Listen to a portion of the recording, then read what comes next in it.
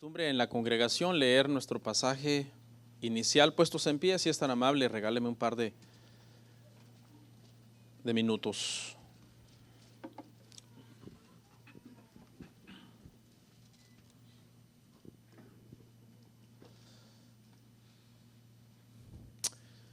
Libro del profeta Ezequiel, capítulo 2, versículo 1, y vamos a leer hasta el versículo 10, hermanos. Es todo el capítulo, es un capítulo corto. ¿Estamos listos? Bueno, lea conmigo ahí, hermanos, siga ahí con su vista. Dice: me dijo, hijo de hombre, ponte sobre tus pies y hablaré contigo. Y luego que me habló, entró el Espíritu en mí y me afirmó sobre mis pies. Y oí al que me hablaba y me dijo: hijo de hombre, yo te envío a los hijos de Israel, a gentes rebeldes que se rebelaron contra mí. Ellos y sus padres se han rebelado contra mí hasta este mismo día. Yo pues te envío a hijos de duro rostro y de empedernido corazón. Y les dirás: así ha dicho Jehová el Señor. ¿Acaso ellos escuchen? Pero si no escucharen, porque son una casa rebelde, siempre conocerán que hubo profeta entre ellos. Y tú, hijo de hombre, no les temas, ni tengas miedo de sus palabras, aunque te hallas entre zarzas y espinos y moras con escorpiones. No tengas miedo de sus palabras, ni temas delante de ellos, porque son casa rebelde. Les hablarás pues mis palabras, escuchen o dejen de escuchar, porque son muy rebeldes. Ya nos quedó claro, Señor. Mas tú, hijo de hombre, oye lo que yo te hablo, y no seas rebelde como la casa rebelde. Abre tu boca y come lo que yo te doy. Y miré, y he aquí una mano extendida hacia mí, y en ella había un rollo de libro, y lo extendió delante de mí, y estaba escrito por delante y por detrás, y había escritas en él endechas y lamentaciones y ayes. Vamos a orar. Padre, gracias. Padre Santo, gracias. Reconocemos en esta mañana, Señor, tú eres santo, tú eres grande, tú eres el Dios todopoderoso.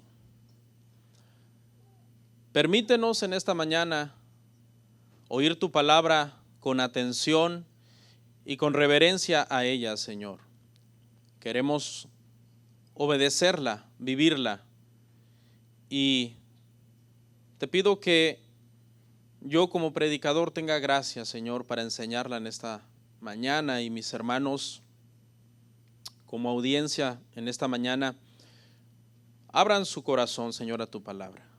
Ayúdanos y que tu Santo Espíritu nos guíe, que todo lo que hablemos, Señor, sea de acuerdo a las Escrituras.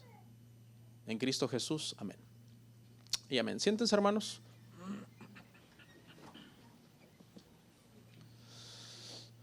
Bienvenidos, es un gusto tenerlos aquí, hermanos, en este domingo. Para los que nos están visitando quizás por primera vez, el día de hoy vamos a ver el tema número 3 de una serie que iniciamos hace 2 semanas que se llama Los Profetas Mayores.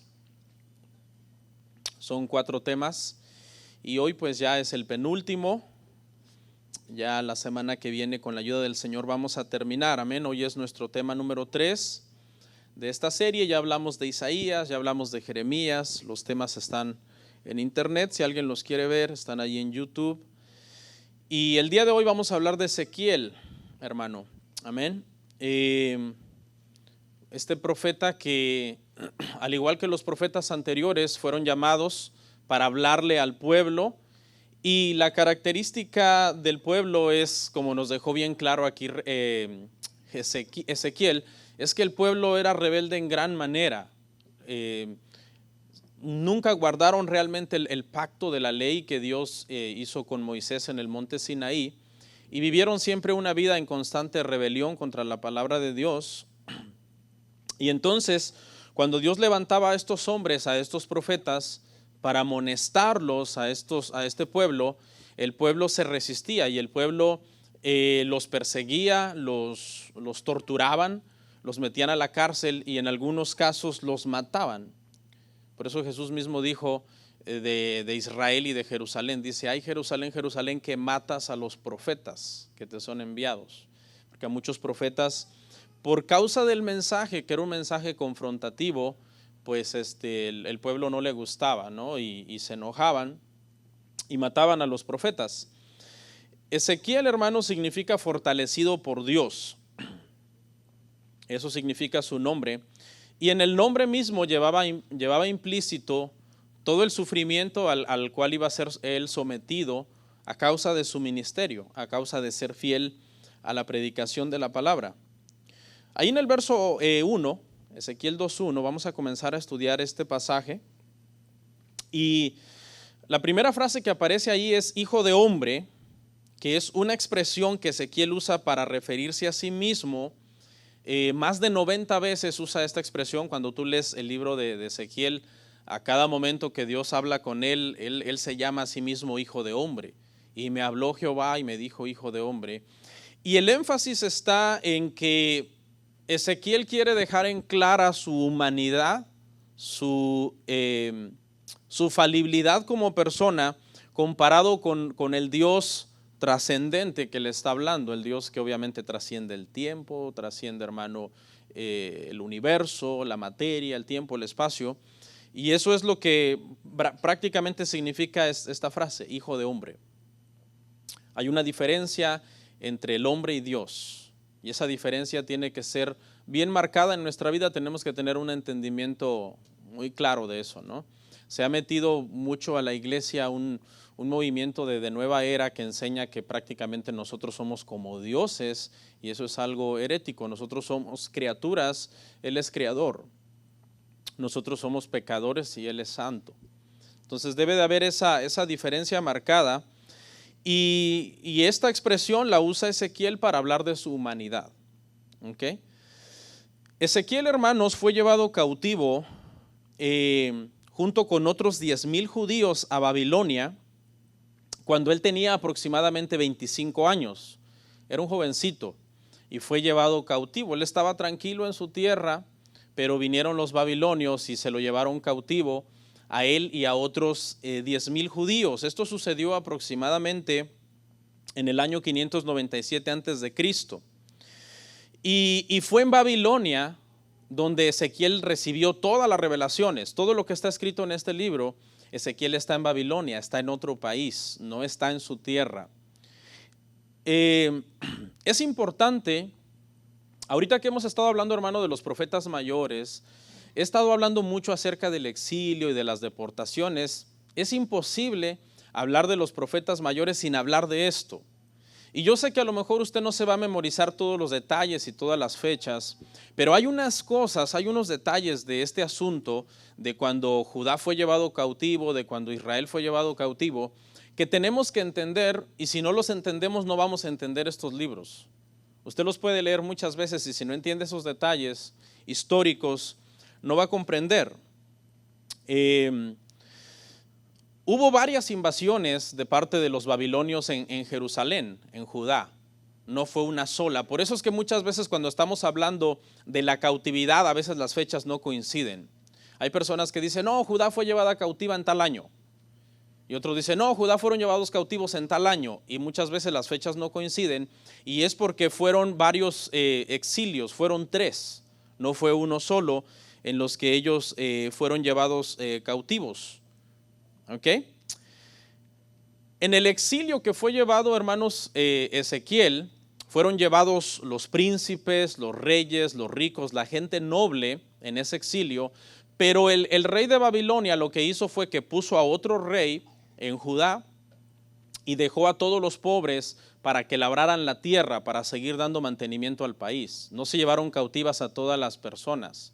¿Okay? Entonces por eso es que Ezequiel está en Babilonia y allá él tiene las revelaciones de lo que todavía está pasando en Jerusalén, porque en Jerusalén hay gente, en Jerusalén está el templo todavía, no es destruido el templo en la invasión donde Ezequiel es llevado cautivo, todavía el templo sigue en pie, hay otros sacerdotes que están tratando de sacar adelante el servicio, hay otro rey, hay otro pueblo, mientras que en Babilonia están cautivos ya miles de judíos que ya fueron llevados, entre ellos hermanos Ezequiel.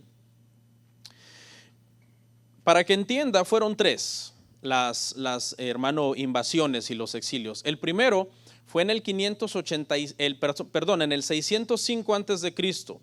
Fue la primera invasión y fueron llevados cautivos príncipes y personas consagrados a Dios. En esta primera invasión, hermano, ¿sabe quién fue llevado cautivo? Daniel. Daniel fue llevado cautivo antes que Ezequiel. En esa primera invasión del año 605 y luego en la prédica que sigue sobre Daniel veremos los detalles. Y en el año 597, acuérdese que cuando estamos hablando de los años antes de Cristo vamos para atrás, ¿no? Vamos para atrás. En el año 597, en lugar de ir para adelante, ¿sí me entiende? Vamos hacia atrás. Del 605 al 597 hay ¿qué? 8 años, ¿no?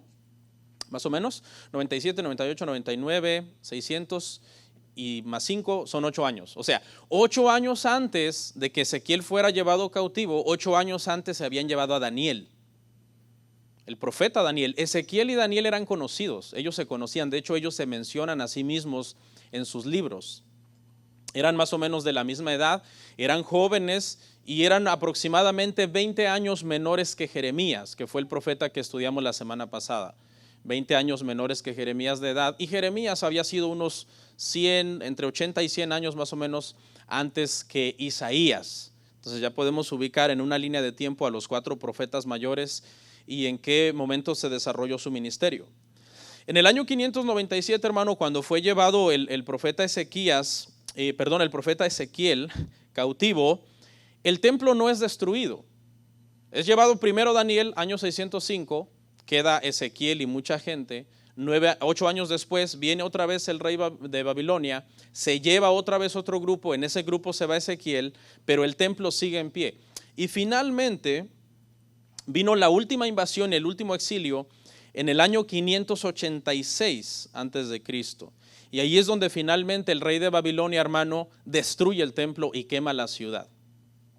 ¿Por qué es importante saber esto? Porque cuando Ezequiel está teniendo sus revelaciones en Babilonia, si tú entiendes que cuando Ezequiel fue llevado cautivo, el templo fue destruido, lo que lees en Ezequiel no tiene sentido, no hace sentido.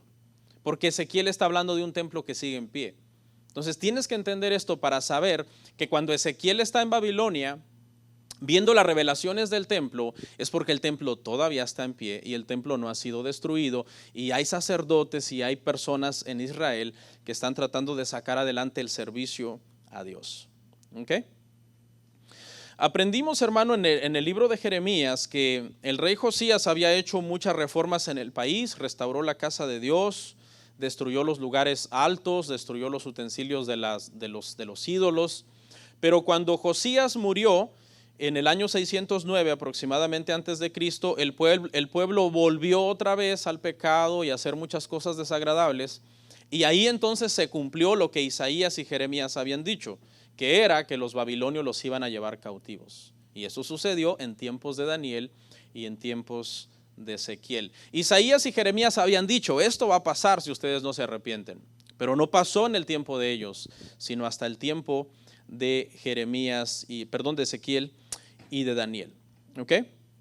¿Cuál era el contexto en el que está hablando, hermanos, Ezequiel? Ezequiel está, hermano, en Babilonia, y lo que él les está diciendo al pueblo, a los judíos que están cautivos en Babilonia, es que lo peor está por venir. Ese es el mensaje de Ezequiel. ¿Ok? Los judíos que están cautivos en Babilonia tienen falsos profetas, y los falsos profetas les están diciendo, lo mejor está por venir. ¿Y qué es eso? Que ya vamos a volver. Vamos a volver. El Señor nos va a llevar una vez más y vamos a volver otra vez a Jerusalén. Entonces el mensaje de Ezequiel es muy chocante, porque el mensaje de Ezequiel es no, están equivocados. Lo mejor no está por venir. ¿Les suena parecido a hay mucha gente que usa mucho esa frase hoy día? Ezequiel les dice, sí, va a haber un tiempo de restauración en el futuro, pero todavía no. Ahorita lo que está por venir, les dice Ezequiel, es lo peor. Lo peor está por venir.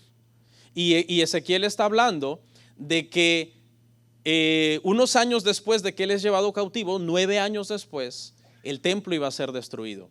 Mientras que los judíos en Babilonia están diciendo, oh, ya pronto vamos a volver. Ezequiel les dice, no, más bien los que están allá todavía van a ser traídos acá y el templo va a ser destruido. Entonces su mensaje fue obviamente, hermanos, muy, muy chocante. Ahí estamos en el verso 1. Le dijo, ponte sobre tus pies y hablaré contigo. Hijo de hombre, ponte sobre tus pies y hablaré contigo. Está postrado en tierra debido obviamente a la visión de la gloria de Dios. La gloria de Dios, hermano, es el tema central del libro de Ezequiel. La gloria de Dios. Durante todo el libro hay 3 visiones en donde Ezequiel ve la gloria de Dios. Y básicamente en torno a esas 3 visiones es que tiene sentido que nosotros entendamos el libro. Si no estudiamos qué significa cada una de ellas, va a ser muy difícil que comprendamos, hermanos, este libro, ¿ok? La primera fue en Babilonia. Ahí es la primera vez que Ezequiel ve la gloria de Dios. Está, dice, junto al río Quebar. Vamos a Ezequiel 1:1.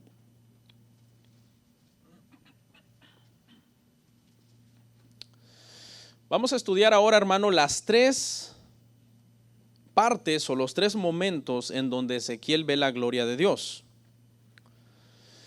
Aconteció en el año 30, en el mes cuarto, a los 5 días del mes, que estando yo en medio de los cautivos junto al río Quebar, los cielos se abrieron y vi visiones de Dios. El año 30 aquí, hermano, significa que Ezequiel tenía 30 años. ¿Ok? ¿A qué edad dijimos, hermanos, que fue llevado cautivo más o menos? 25. O sea, 5 años después que Ezequiel está en Babilonia, dice, en medio de los cautivos, él recibe la primera revelación en donde él ve la gloria de Dios. Y usted puede leer todo el capítulo y ve los 4 seres vivientes con 4 caras cada uno de ellos. Están volando, tienen 4 alas. Con dos alas se cubren el rostro, con dos alas vuelan. 6 alas, ¿están seguros? Porque eso es Isaías, donde tiene 6 alas. Creo que tiene 4, aquí estos tienen 4 alas, por eso hay diferentes seres vivientes en el cielo. Okay, pero pues si quieren léanlo y me corrigen si es que tienen 6. Yo leí que tiene 4, con 2 se cubren el rostro y con 2 están volando. Y sobre ellos, hermano, hay un propiciatorio sobre ellos. Okay, y sobre ese propiciatorio hay un trono. Y sobre ese trono hay uno que tiene, dice, la semejanza del Hijo del Hombre. Okay, que está volando. Entonces, prácticamente, hermano, Ezequiel está viendo la gloria de Dios.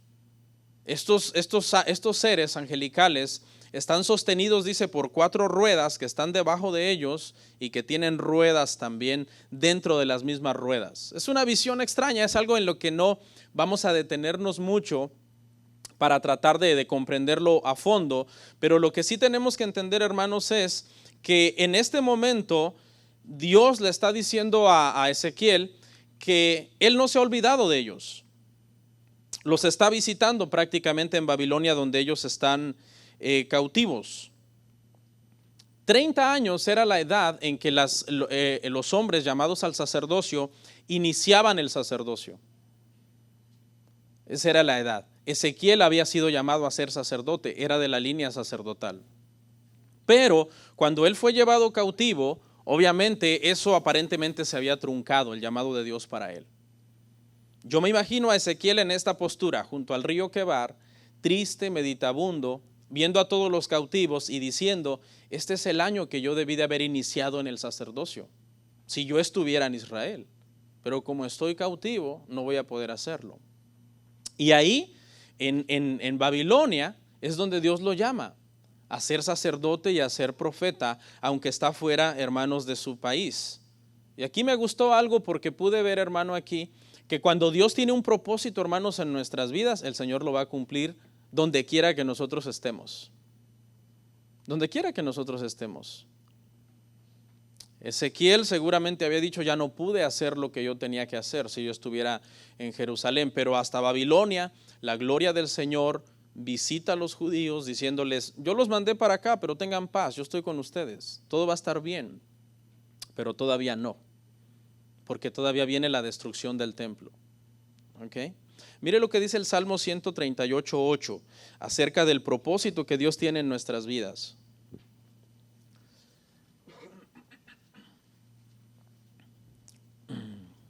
¿Sí tiene 4 alas? ¿Sí leyeron? Sí. Ok, gracias. Dice, Jehová cumplirá su propósito en mí, tu misericordia, oh Jehová, es para siempre. No desampares la obra de tus manos. Ahí está, el propósito de Dios en nuestras vidas, hermano, se va a cumplir sí o sí, porque el Señor, hermano, nunca se le ha echado a perder un proyecto en sus manos. Él dice que la buena obra que Él comenzó en nosotros, Él la completará hasta el día de Jesucristo. Amén.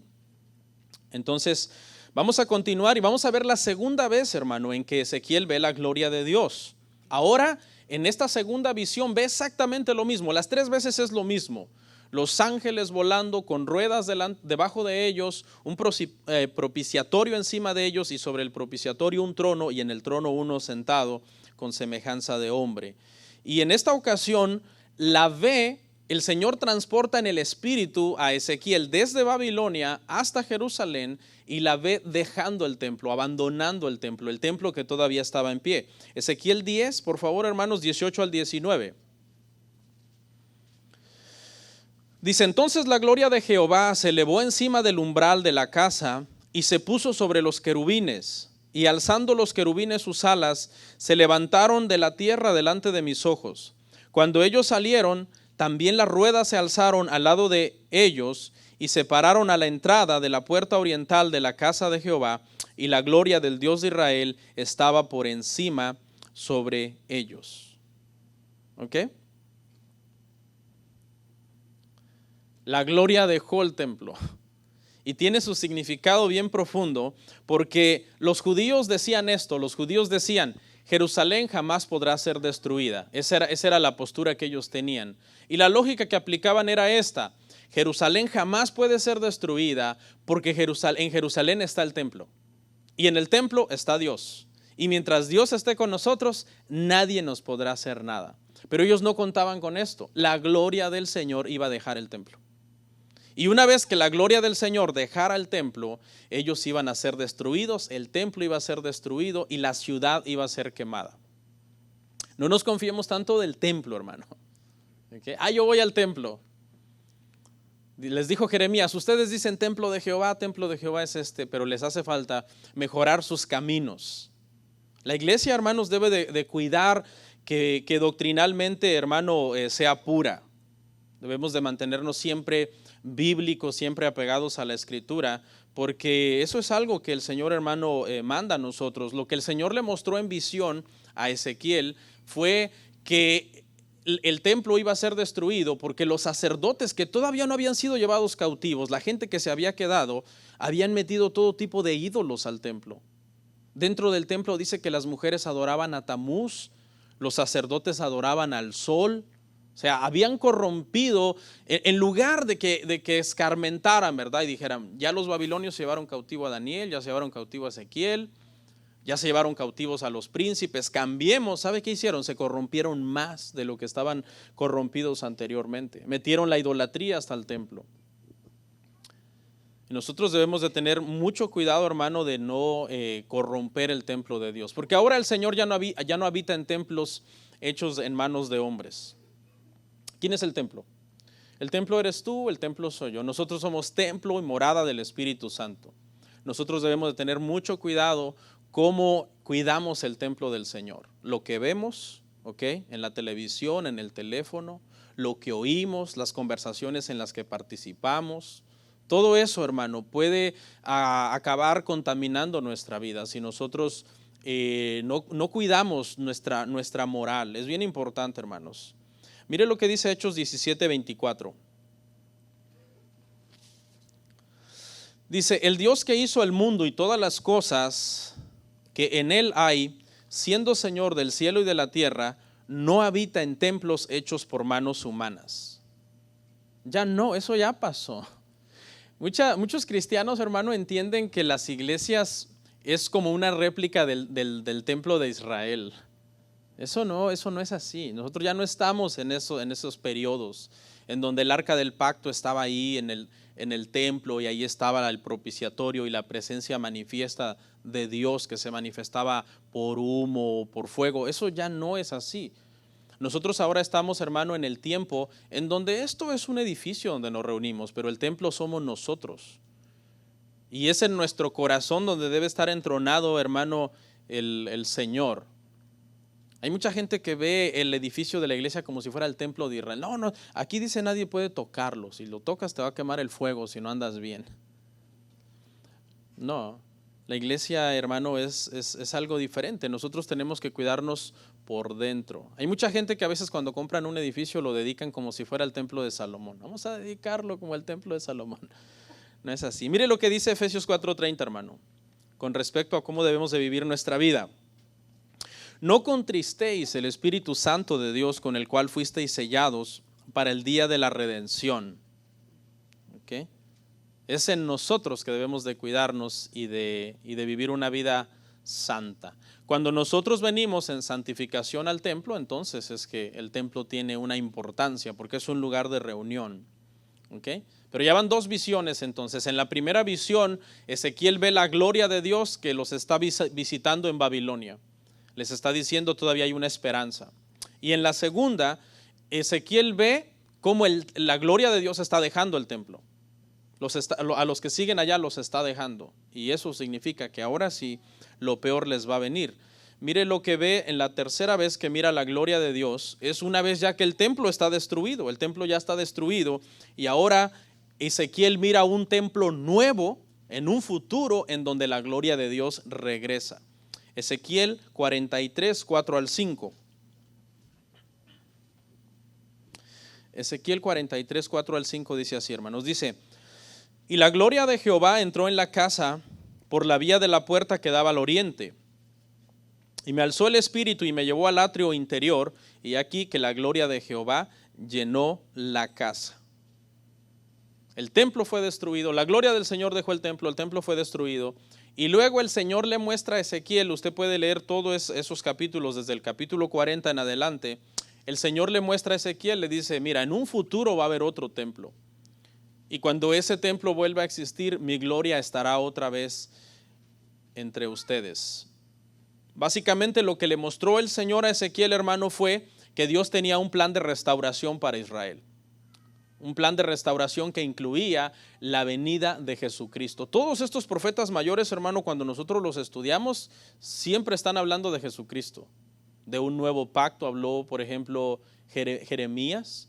Isaías habló de que del tronco de Isaí brotaría un renuevo, y ese renuevo es Jesucristo. Pero igual, hermano, Ezequiel les está diciendo, prácticamente en Ezequiel encontramos varias cosas, que habrá un segundo éxodo, como el éxodo que hubo de Egipto, cuando salieron de Egipto para entrar a la tierra prometida.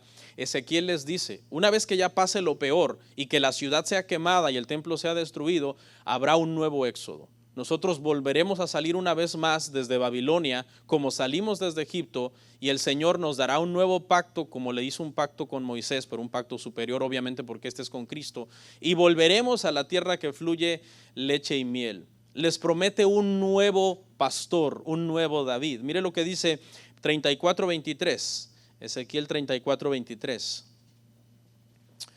Dice: y levantaré sobre ellas un pastor, y él las apacentará. A mi siervo David, él las apacentará, y él les será por pastor. ¿Ok? Aquí está, les está diciendo, un día volverán, un día habrá otro éxodo. ¿Ok? Habrá un nuevo templo.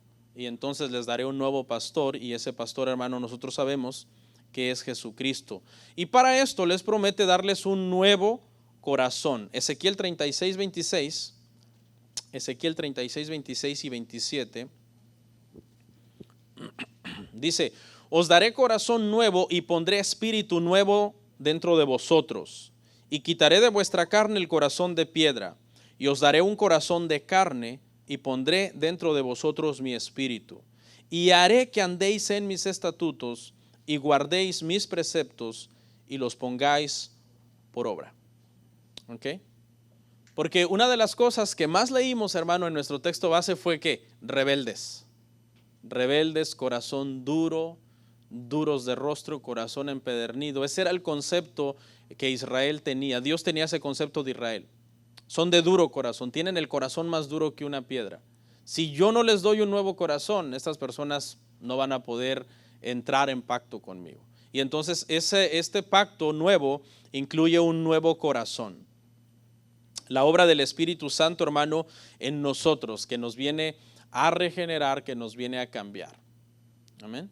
Mucha gente dice, yo ando buscando a Dios, o yo encontré a Dios. Teológicamente, hermano, esas declaraciones están erradas, porque la Biblia dice que no hay quien busque a Dios, no hay uno que haga lo bueno, pero sí dice que Él nos miró primero, nos amó primero, nos vio primero, y Él es el que busca al pecador. Pero ¿cómo lo hace, hermano? Lo hace por medio de renovar nuestro corazón, de transformar nuestro corazón. ¿Okay? Decir, hermano, que el pecador busca a Dios es como decir que los malhechores andan buscando a la policía. No tiene sentido. Usted se imagina un malhechor robar un banco y luego decir, vamos a la policía, vamos a buscarlos, ¿dónde andan? No. Del mismo modo, hermanos, que un malhechor no anda buscando a la policía, un pecador no anda buscando a Dios. Un pecador tiene la mente entenebrecida, llena de pecado, llena de maldad, viciada a todos los placeres del mundo. Si no fuera porque Dios, hermano, nos ve y nos ama por su misericordia, no estaríamos aquí, hermano. Si no fuera por su gloria, por su poder que Él tiene para poder transformar un corazón. Para mí, hermanos, mire, mucha gente hace mucho énfasis en los milagros, en las cosas milagrosas. Yo he llegado al entendimiento, hermano, que uno de los milagros más grandes que puede haber en una iglesia es un corazón regenerado. Explíqueme eso. Explíqueme cómo alguien que antes amaba el mundo, amén, amaba los deleites, los placeres, el sexo con todo tipo de personas, todo tipo de vicios, tendencias quizás, hermano, hasta homosexuales o qué sé yo. Explíqueme cómo esa persona que antes amaba todo eso y aborrecía lo que tuviera que ver con la Biblia, aborrecía lo que tuviera que ver con Dios, con ir a una iglesia, hasta se burlaba de los que iban a una iglesia, ahora ama lo que antes aborrecía, que son las cosas de Dios, y aborrece lo que antes amaba, que es el pecado que dejó atrás. Explíqueme eso. Eso, hermano, es un milagro. Y eso solamente Dios lo puede hacer por medio de su Santo Espíritu, regenerando en nosotros y creando un nuevo corazón en nosotros. Les promete por medio de Ezequiel a Israel, le promete también que se volverá una vez más a restaurar todas las cosas como eran en un principio en el paraíso. Cuando usted lee Ezequiel 47, lo lee en su casa todo el capítulo, habla de un pequeño río que sale, dice un hilito de agua que sale de ese templo nuevo y comienza a correr, y dice que Ezequiel va caminando en ese río y al principio le llega a los talones y miden 1000 codos, me parece, y luego le llega a las rodillas y luego le llega a la cintura y después se vuelve un río tan abundante que él tiene que cruzarlo a nado. Y eso habla, obviamente, cuando tú lees todo el pasaje de ese río va a desembocar a una ciudad nueva que se llama Jehová está ahí. En el verso 40, en el capítulo 48, 35 lo vemos. Es el último capítulo y el último versículo del libro. Dice, en derredor tendrá 18,000 cañas y el nombre de la ciudad desde aquel día será Jehová Shammah, que quiere decir Jehová está ahí. Ese es el proceso que Dios le muestra a Jeremías. Todo será restaurado. ¿Okay? Volveremos prácticamente a vivir en el tiempo que se vivió, hermanos, en el tiempo del paraíso, el paraíso perdido por el pecado de Adán, en el cual todos nosotros somos pecadores, pero que ahora iba a ser, hermano, restaurado por un pastor nuevo, lo llama David, y ese pastor es un pastor que iba a poner su vida por los que van a volver a ese paraíso.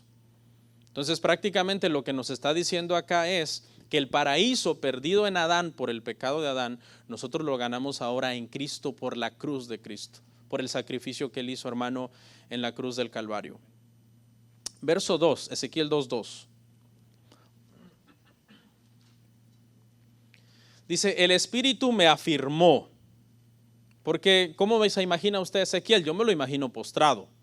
Porque siempre que uno de los siervos de Dios tenía un encuentro con la gloria de Dios, fuera por ejemplo Daniel o el mismo Juan cuando recibió la revelación del Apocalipsis, dice que eso los debilitaba y los dejaba prácticamente como muertos, se sentían morir a causa del impacto de la gloria de Dios, ¿no? Mucha gente hoy ligeramente dice, ay, la gloria de Dios vino a mi cuarto.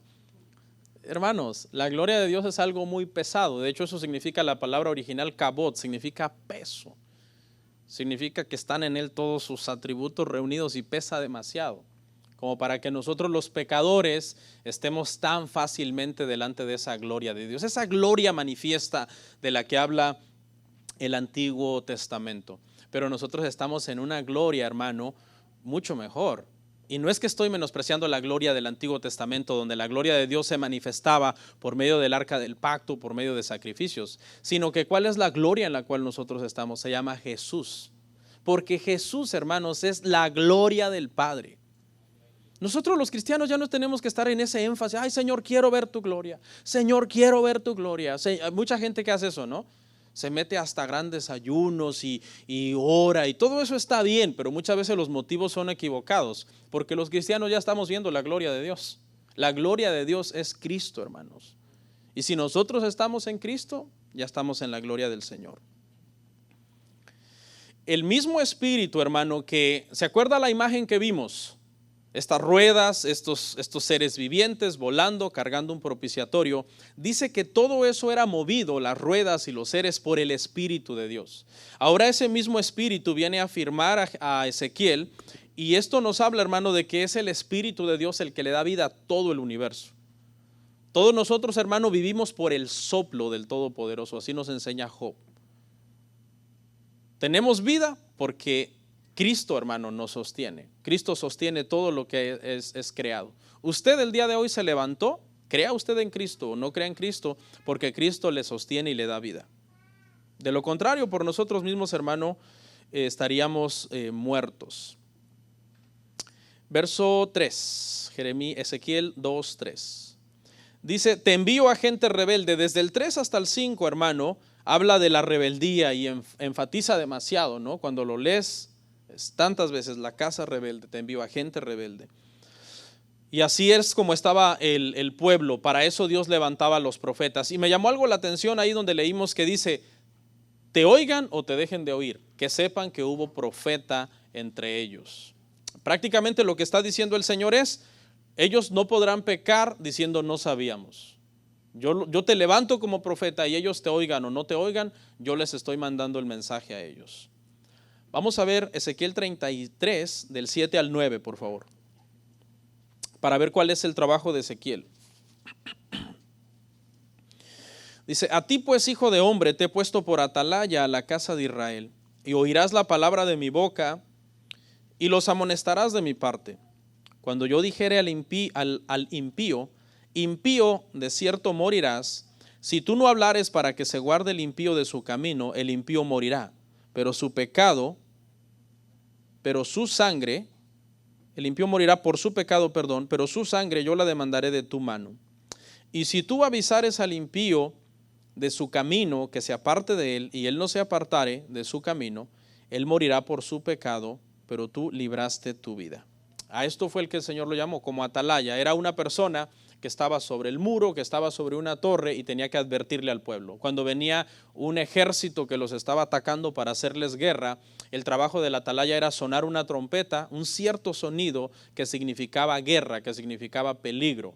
Y entonces el pueblo tenía que apercibirse contra el ejército que venía contra ellos. Si el atalaya se dormía, si el atalaya no hacía su trabajo, entonces el enemigo entraba a la ciudad, saqueaba, mataba a las personas. ¿Y de quién era la culpa? Del atalaya, porque no hizo bien su trabajo. Entonces el Señor le dice a Ezequiel, tú haz tu trabajo. Y ya lo que ellos hagan, eso ya es una cuestión que yo me voy a arreglar con ellos. Y ese es el trabajo, hermano, de los predicadores. Amonestar al pueblo, enseñar al pueblo, exhortar al pueblo y salir uno de nuestro compromiso, aunque muchas veces caigas mal como los profetas, ¿no?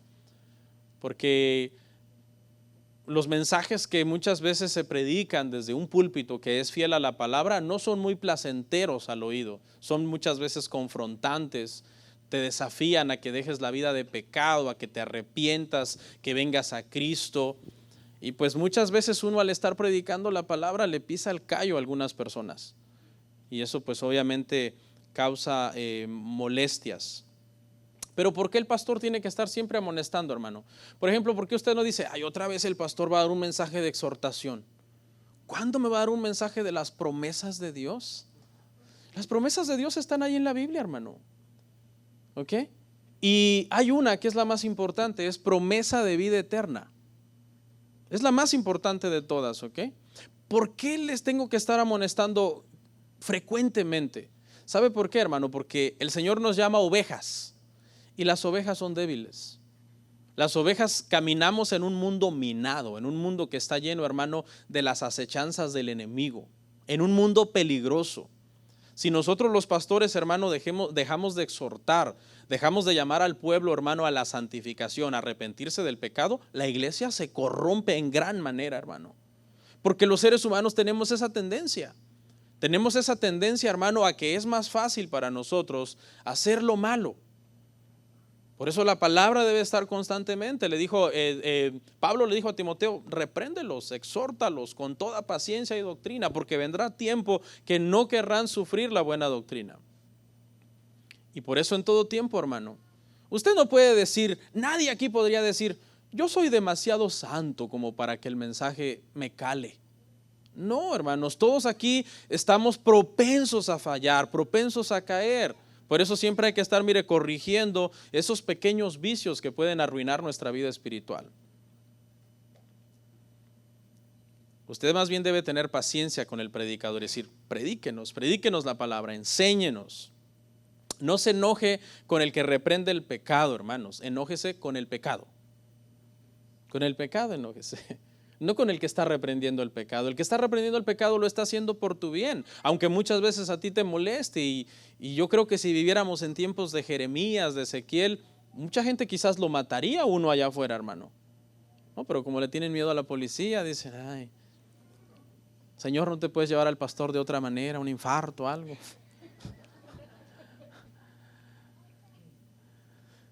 Pero no, hermanos, tenemos que amar el mensaje de la palabra de Dios, hermanos. Decía Steve Lawson, dice que el mensaje del predicador debe de tener luz y calor.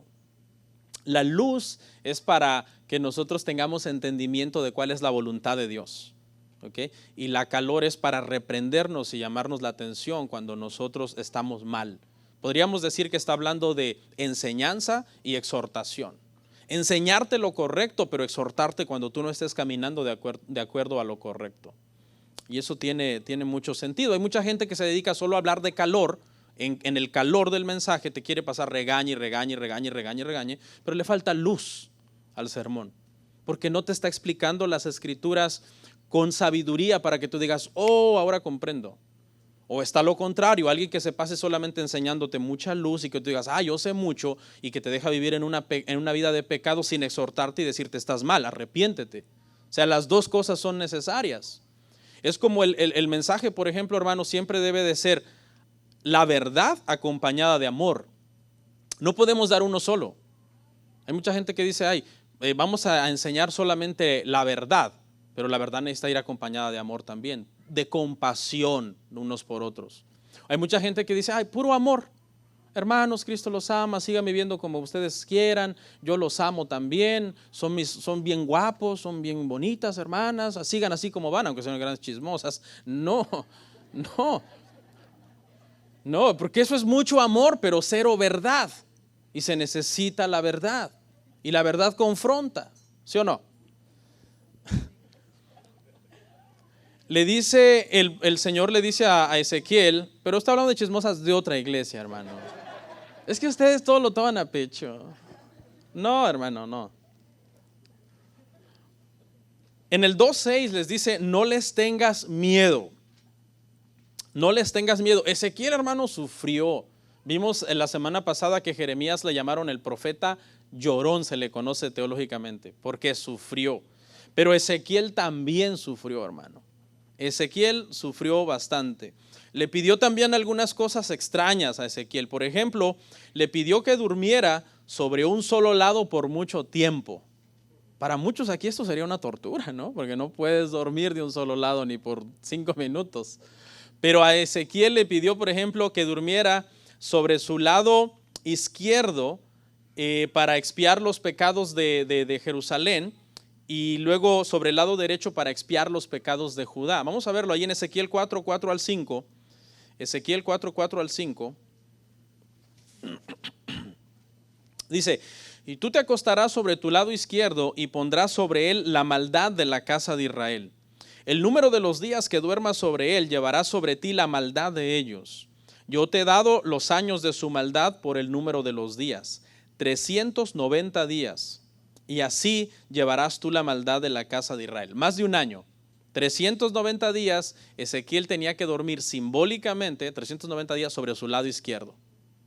Señor, me quiero embrocar. No. Señor, ya me dolió el hombro, se me está dislocando el omóplato, lo siento. No, ahí sigues, 390 días, más de un año. Este es tipo de Cristo, porque Ezequiel está haciendo un trabajo como de chivo expiatorio, como expiando figuradamente el pecado de Israel que había cometido por 390 años. Le dice, lo harás un día por año, 390 días. Es una figura de Jesucristo. A veces uno ve estos pasajes, ¿y esto qué? Hay algo ahí, hay un tipo, hay algo que habla de Jesús, cómo él iba a venir verdaderamente a expiar el pecado y a quitarlo para siempre. Y luego lo tuvo que hacer por Judá, verso 6. Ahí mismo, Ezequiel 4, 6, por favor. Cumplidos estos, te acostarás sobre tu lado derecho segunda vez, y llevarás la maldad de la casa de Judá 40 días, día por año. Día por año te lo he dado. Acabó sus 390 días del lado izquierdo y vámonos, del lado derecho ahora para el pecado de Judá, que representaba 40 años de pecado de parte de Judá. Cosas extrañas, tipos, pero que de alguna forma causan un poco, hermano, de incomodidad, o le causaban un poco de incomodidad física a los profetas. Amén. También le pidió cocinar su comida con excremento, hermano. Imagínese. Eso es algo tremendo. La enseñanza detrás de esta petición era que le estaba diciendo: todo el resto del pueblo que va a ser llevado cautivo todavía van a tener que comer cosas inmundas. Y eso era un castigo terrible para un judío, hermano. Terrible para un judío. Yo escuché una vez a un judío decir que él prefería inhalar cocaína que comerse un pedacito de bacon. A ese nivel ellos están tan atados a comer cosas que tengan que ver, que son limpias. Era un castigo ay, qué castigo es eso. No era un castigo terrible. Mire lo que dice Ezequiel 4:12, donde se lo pide a Ezequiel el Señor.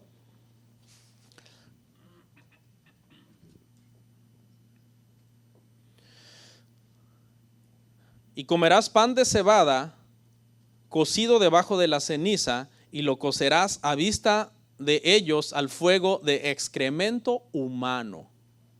Obviamente cuando Ezequiel oye esto, hermano, Ezequiel se pone a llorar y a negociar con Dios. Señor, no, Señor. Sí soy sufriente, pero hasta este nivel. Señor, por favor, nunca he comido cosa inmunda, Señor. No me hagas esto. Y el Señor tiene misericordia. Le dice, ok, entonces lo cocerás en excremento de bueyes. La cosa mejoró, pero no tanto, ¿no? Los seres humanos tenemos un concepto bien alto de nosotros mismos, ¿no? Pero Ezequiel dijo, prefiero de los bueyes y no de los humanos. Y ahí nos imaginamos entonces a Ezequiel, hermano, con su bolsita. Ay, andan unos bueyes. Ay, voy para allá. Y su palita, no sé. Y tenía que dejarlo secar para que hiciera fuego. Y entonces ese era el método en que podía cocer sus panes. Pero qué bueno que era de bueyes, hermano, y no de humanos. Porque fue una petición, hermano, bien fuerte la que el Señor le hizo, hermano, a Ezequiel. Y muchas veces Dios nos pide cosas, a veces bien duras a nosotros, hermano, bien difíciles. Aquí, hermano, yo puedo ver que el pecado, hermano, trae inmundicia, ¿no? El pecado es algo inmundo, es algo que te lleva a posiciones de humillación, cosas humillantes. O sea, los judíos iban a ser llevados cautivos y allá en el cautiverio donde Dios los iba a regar, iban a comer cosas inmundas. No les quedaba otra más que comer cosas inmundas. Y sí, ante la hambre, alguien podía llegar hasta desear la comida de los cerdos. El hijo pródigo, ¿se acuerda? El hijo pródigo es un judío desde el punto de vista que está relatando la parábola del Señor Jesús. Y está cuidando cerdos, un animal inmundo para ellos. ¿En qué momento perdió su dignidad hasta ese punto? Si los judíos ni siquiera querían acercarse a un cerdo, ahora se volvió sirviente de los cerdos. Pero no solo eso, sino que el hambre era tan dura en la nación que dice que deseaba la comida de los cerdos. Como una cosa va llevando a otra, y este hombre comenzó por pedir una herencia que no le correspondía porque su padre estaba vivo, porque él era el menor, yéndose a un lugar lejano a gastar su dinero con rameras, y después le vino todo lo que le vino porque el juicio de Dios vino sobre él. Sabemos que es una parábola, pero tiene una enseñanza. ¿Ok, hermanos? Es mejor, hermano, que estemos con nuestro Padre Celestial que nos dará el pan de cada día, a que volvamos como el perro que vuelve a su vómito, hermano. ¿Qué le parece? ¿Sí?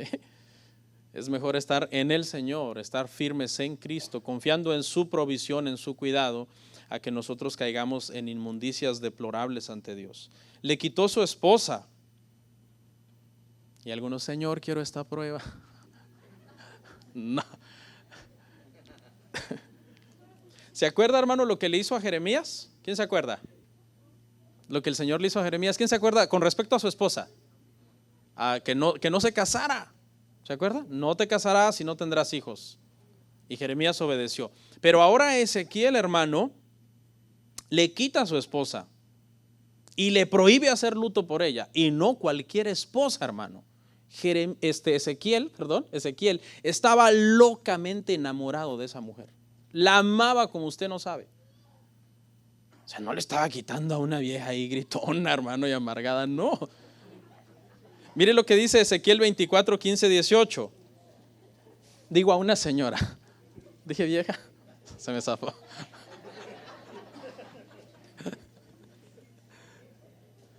Ezequiel 24, 15 al 18. Mire lo que dice, vino a mí palabra de Jehová diciendo, hijo de hombre, he aquí que yo te quito de golpe el deleite de tus ojos. Escuche. No endeches ni llores ni corran tus lágrimas, reprime el suspirar. No hagas luto de mortuorios, ata tu turbante sobre ti y pon tus zapatos en tus pies. Y no te cubras con rebozo ni comas pan de enlutados. Por cierto, pan cocido con estiércol de bueyes. Y mire lo que pasó. Hablé al pueblo por la mañana y a la tarde murió mi mujer. Y a la mañana hice como me fue mandado. El que no entienda, hermano, que Dios puede traer tratos duros sobre nosotros y probar nuestro corazón con cosas como estas, no conoce a Dios. El que lea esto y lo cuestione, ay no, ¿cómo va a hacer eso Dios al profeta, tan fiel el profeta? El que lea esto y cuestione a Dios, no conoce al Dios de la Biblia, que es soberano y que hace lo que Él quiere. Dice que era, hermano, el deleite de sus ojos. Es decir, Ezequiel miraba a esa mujer y su día se iluminaba, hermano. Estaba bien enamorado. Se cree que esta mujer, Ezequiel se casó con ella en Babilonia. ¿Ok? Y tenían su propia casa. Ezequiel vivió bajo ciertos privilegios en Babilonia. Muchas veces cuando hablamos de los cautivos nos los imaginamos a todos encadenados en una mina de sal, rascando con un pico. No, había judíos que vivían bien. Ezequiel tenía su propia casa, tenía su esposa, era respetado por el resto de cautivos como un hombre que hablaba con Dios. Pero mire el sufrimiento, hermano, tan fuerte que le sucedió. Y le dice en el verso 8 al 10, hermano, en Ezequiel 2, verso 8 al 10, le dice, tú no seas rebelde como ellos y come este rollo. No fue literal, no es de que el Señor le dio un pergamino y Ezequiel se lo comenzó a comer, pero lo que se refiere es las palabras que yo te estoy hablando, las palabras que yo te estoy dando, necesitan volverse en ti una pasión, de tal forma que tú no vivas más que para hablar mi palabra, enseñar mi palabra, reprender al pueblo, predicarle al pueblo. Dice que el rollo estaba, hermanos, escrito por delante y por detrás. Usualmente en aquel entonces se cree que cuando se escribía un rollo estaba escrito solo por un lado, pero este rollo tiene esta peculiaridad porque el pecado era mucho, la reprensión era mucha, se necesitaba todo el espacio, hermanos, disponible para poder reprender el pecado, hermanos, de Israel. Este libro, hermanos, es un poco difícil de interpretar. Si no entendemos algunos de estos asuntos históricos, usted lo puede leer un montón de veces. Si usted no se ubica en una línea de tiempo entre dónde está Ezequiel, qué estaba pasando en Jerusalén, qué estaba pasando con el templo, las visiones del futuro que Dios le muestra, no lo va a entender. Lo puede leer un montón de veces y no lo va a entender, pero espero que los puntos claves que vimos hoy lo ayuden a usted, para que ahora que usted lo lea, usted se ubique y diga, ok, estoy leyendo esto es lo que está pasando. Es como un mapa prácticamente. Ezequiel, hermano, es uno de los libros muy difíciles de interpretar, pero cuando tú entiendes que Ezequiel es como un mapa que viene desde la creación hasta el tiempo del fin, cuando todo será restaurado, se te hace más fácil entenderlo. Y eso es Ezequiel. Es un libro donde Dios muestra cómo desde el tiempo de la caída Él ha tenido un plan de redención, de redimir a la humanidad para que al final lleguemos a estar para siempre con Dios por medio de la vida de este pastor que Él iba a levantar, que lo llama David, pero que sabemos que es, hermano, Jesucristo. Y entonces el hombre redimido podrá pasar la eternidad con el que está en el trono de la visión de Ezequiel. ¿Y quién es ese? Ese es Jesús. Y Daniel nos lo deja clarito, que ese es Jesús, el Hijo del Hombre. La expresión que Ezequiel usó para sí mismo, hijo de hombre, hijo de hombre, hijo de hombre, es la expresión favorita de Jesucristo. Yo soy el Hijo del Hombre. El Hijo del Hombre no vino a que se perdieran, sino a salvar lo que se había perdido. Y en Daniel vemos, cuando usted lee en Hechos, hermano, la ascensión de Jesucristo, y Jesucristo se va, la escena termina en Hechos, pero si usted se va a Daniel, la escena continúa y Jesucristo llega al cielo y se sienta en el trono. Wow, vamos a orar.